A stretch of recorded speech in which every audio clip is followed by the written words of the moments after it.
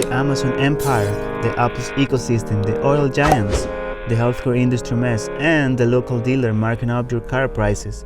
And the rest of corporate America are part of thousands of corporations, conforming the strong, sometimes current-level toxic US economy, for better or for worse, or both.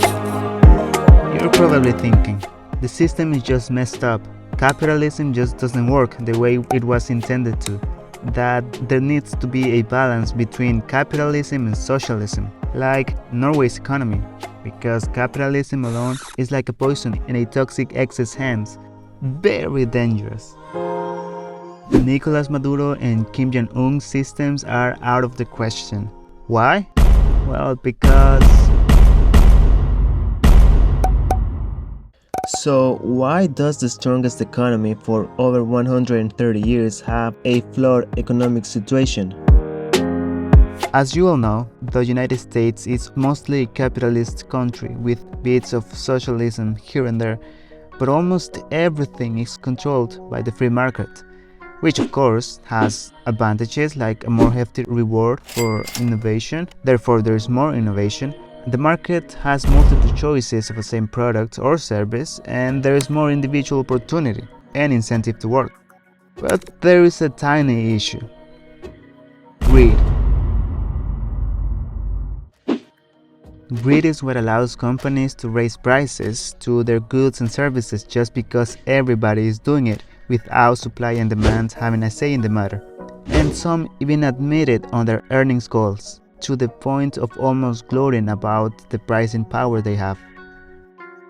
We've all been forced these insanely high prices this year because greedy corporations decided to abandon their morality in favor of profits. But to be fair, some of them had to, with reason, raise prices at fault of Delta and Omicron, supply chain difficulties, rising labor costs, and a war.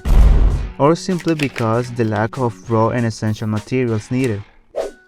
And then there are the price-gouging, advantage-taking, full-on Mr. Krabs' family big pharma industry. And you all know what story goes behind that industry. However, the economy is like a delicate dance between consumers and producers. If either doesn't dance well enough, it'll spoil the outcome. You know, a few steps on feet here and there. And in this case, the consumers are looking like they have two left feet. As you may know, the US consumers like to spend.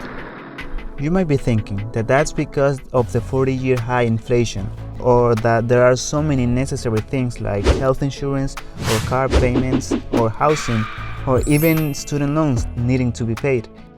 And while that holds a lot of truth, it's not the entire picture. You see, Americans love to spend money. They are the big spenders after all. And even before this whole inflation mess, the average credit card debt was about $6,000. And the percentage of Americans living paycheck to paycheck wasn't drastically lower of what it is today. Even with these appalling high prices, Americans keep spending money, more money than ever. Though it can be said that that's because of wage increments during this year, that they're not spending more money than they earn.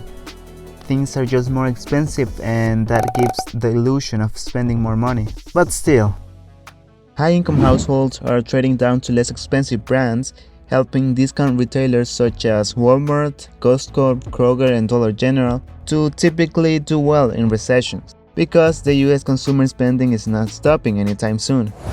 And while discount retailers are generally cheaper, with the sky-high inflation, we all were forcefully upgraded to Life Plus, without the extra benefits. Some of us stop splurging because of that, but some of us just don't stop at the occasional treat.